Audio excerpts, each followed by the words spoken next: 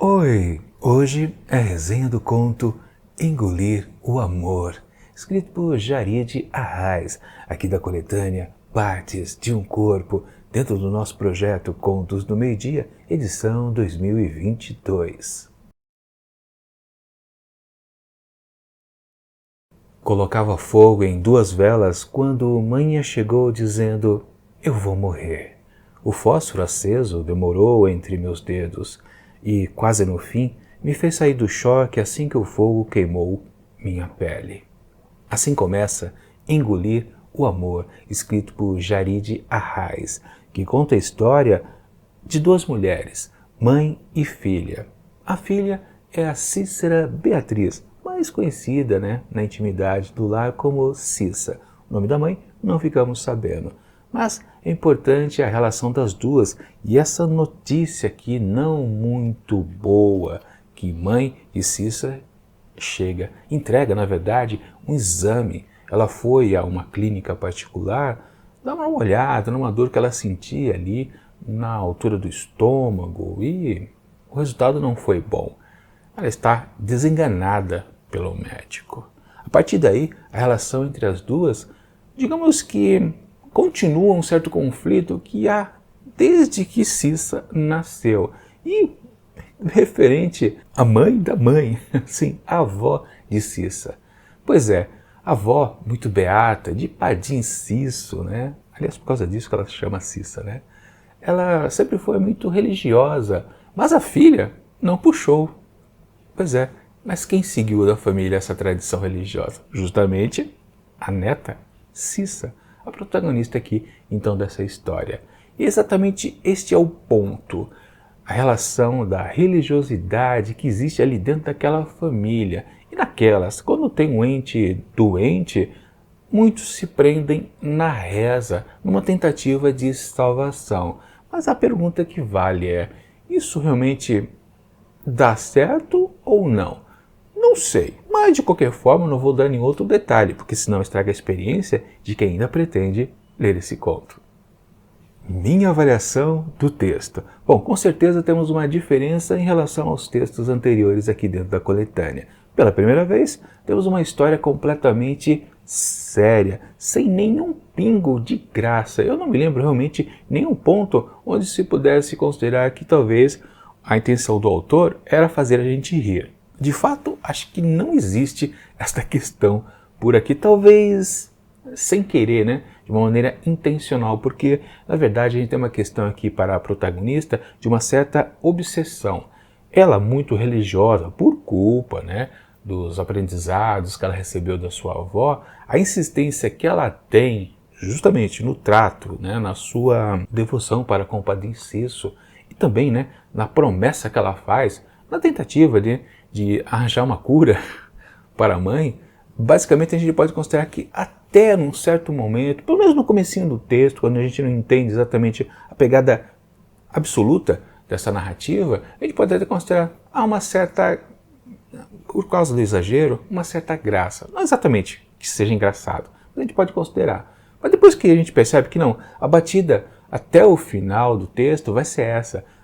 Carregar um pouco a tinta exatamente nesta dedicação de Cissa na tentativa de salvar sua mãe. Basicamente, na verdade, o texto é fácil de a gente resumi-lo. Mãe chega com a notícia que vai morrer. Inclusive a abertura do conto, a gente só tem um detalhe de como se dá a doença, que é uma referência ao estômago e é a parte do corpo, então, para fazer jus ao título aqui desta coletânea, que sempre destaca algum ponto do corpo. Bom, o estômago está em foco aqui. E depois só temos isso, porque Cissa se mete a cumprir uma promessa. Ela decide, assim, num lampejo, que ela vai praticar jejum até a mãe se curar. E o tempo vai passando e realmente ela tem que continuar. E ela assim começa a se sentir um pouco enfraquecida por causa disso. Mas a história prossegue, passam-se algumas semanas, mais ou menos, e ela pede: "Não, mãe, eu tive um certo sonho, eu, sei lá, vi uma luz, eu interpretei, a cura chegou, vá fazer novamente o exame." A mãe é contragosto, que nunca gostou dessa coisa de fazer exame, embora seja uma pessoa que, por exemplo, não está conectada à religião, ou seja, teoricamente é uma pessoa mais, digamos, entre aspas, muitas aspas, né? Uma coisa mais, na real, mais conectada talvez a uma certa ciência. Mesmo assim, ela nunca quis fazer exames, porque ela, sei lá, não gostava, enfim. Mas ela foi lá, foi fazer a vontade da filha, a filha está fazendo lá sua promessa, ela foi e voltou com o mesmo resultado, para falar a verdade. A mesmíssima coisa, né? Ela continua mal de estômago, ainda desenganada. Bom, e a partir daí, desse ponto, a gente só percebe que o texto, ele meio que se repete um pouco na sua seriedade e na sua batida da obsessão da protagonista. Ela só faz isso na vida.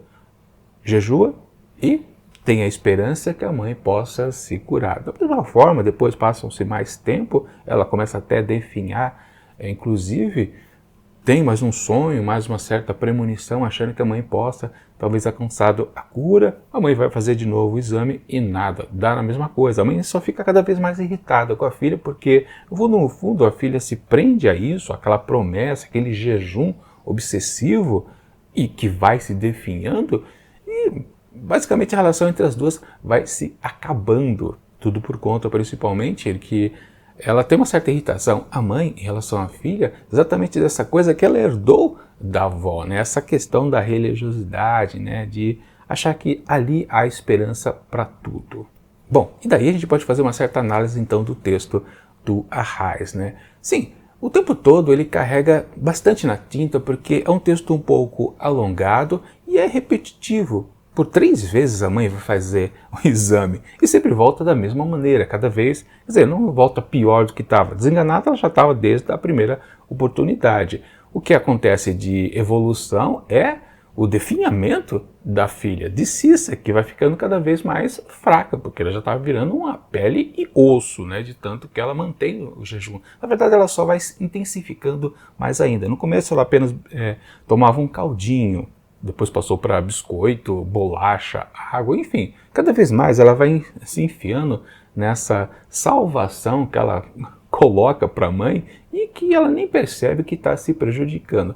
Na verdade, o texto ele não discute muito essa parte obsessiva da personagem num contraponto, seja da própria mãe ou da irmã, que de vez em quando é citada, uma irmã mais nova. Ou seja, o texto ele não favorece que a gente encontre mais outros detalhes. Embora todo ele esteja centrado na relação entre as duas, mãe e filha, mas na verdade não há nada de muito substancioso. Você, claro, embarca na dor da personagem, entende que ela está sofrendo, entende também que ela, por causa dessa obsessão, via religiosidade, ela não consegue perceber que ela está se sacrificando tanto quanto a mãe. Você fica até imaginando depois de um certo tempo, caramba, do jeito que está indo o barco, talvez ela acabe morrendo antes do que a própria mãe. Basicamente isso. A única coisa que a gente consegue é fazer uma certa projeção, porque a intensidade daquela insistência de apenas ficar cumprindo o jejum, mesmo que a mãe nem queira mais, para falar a verdade, num certo ponto, nem faz muito sentido. E eu, enquanto lia, basicamente fiquei pensando, onde isso vai dar? Realmente não tinha nada promissor, digamos assim, para o texto. Mas claro, se você embarca na dor do personagem, é um texto, entre muitas aspas, que você consegue curtir. Não que está sendo divertido, é uma história pesada, de dor, de sofrimento e por aí vai.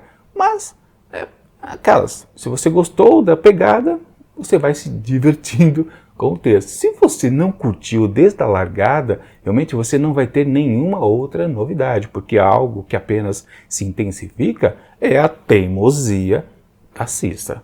E bom, no que tudo isso vai dar? Aí é questão de spoiler. Se você não quiser saber como é o final aqui dessa história, dá uma olhada aqui nos capítulos do vídeo e pula lá para a parte onde eu atribuo uma certa nota a esse texto, porque agora eu vou dizer como é que tudo isso aqui acaba. Bom, na verdade, a gente pode considerar que o final do conto ele é do tipo pouco aberto. É um pouco dúbio, para falar a verdade, o que acontece exatamente ao final. Você pode tanto pensar que a mãe de Cissa até conseguiu melhorar um pouquinho ou passar a acreditar que ela de fato morreu. E claro, aquela possibilidade de até a Cissa morrer antes da mãe não acontece. Mas, de fato, ela está fadada a morrer também. Não tem jeito, porque talvez ela já tenha definhado demais. Na verdade, a imagem final que a gente tem é Cissa, já num hospital, completamente enfraquecida, e percebendo a presença da mãe ao lado, toda vestida de branco. E fica uma coisa meio sem uma especificação exata, se a mãe está ali, de fato, viva, se recuperando um pouco, porque ela já estava de cama também, ou se ali estava um espírito da mãe, a mãe já tendo morrido. É algo completamente não definido, aberto. E há ainda a questão da irmã que aparece no finalzinho. Ela havia apenas sido citada, acho que em 2 momentos antes. Depois, a irmã de Cissa, ela ganha um destaque na cena final do texto, e você fica também meio na dúvida, por quê? Sim, não? Qual a importância do pensamento final da irmã para com as duas? Que, na verdade, só exemplificou para a gente, né, a relação meio conflituosa entre mãe e filha, que já estava estabelecido desde o começo do conto. Ou seja, a reafirmação disso, através da presença da irmã de Cissa, ali, no parágrafo final do texto, não chega a dizer muito para a gente, para falar a verdade, né? Ou seja, o final completamente aberto e depois a presença da irmã, que no fundo não acrescenta muita coisa. De novo, é um texto bem alongado. Por vários momentos ele tem a sensação que está passando para a gente apenas uma repetição. Ok, é uma história de obsessão, então a obsessão precisa ser sempre demarcada, mas ela sempre é basicamente da mesma forma, não tem uma certa variante. Então, para muitos leitores pode ser um negócio meio enfadonho, meio arrastado, repetitivo apenas. E ainda mais que é um texto sério, não tem graça nenhuma em nenhum momento para dar uma certa aliviada, então realmente fica complicado esse texto. Mas de qualquer forma, esse conto aqui, Engolir o Amor, não é chato, não é ruim, é apenas pesado. Mas do mesmo jeito é que é um texto muito leve, como foi o anterior. Apenas uma graça, uma piada. Aqui é apenas um drama. E da mesma forma, a gente pode comparar os dois textos, a piada e o drama. Ambos podem ser facilmente esquecidos, porque eles não têm lá muito peso. Esse aqui, embora seja completamente dramático, e de tanto carregar essa dramaticidade, acaba também não impactando muito a gente. Claro, muitas pessoas podem ler tudo isso aqui e achar, caramba, que sofrimento de Cissa, da mãe, e por aí vai.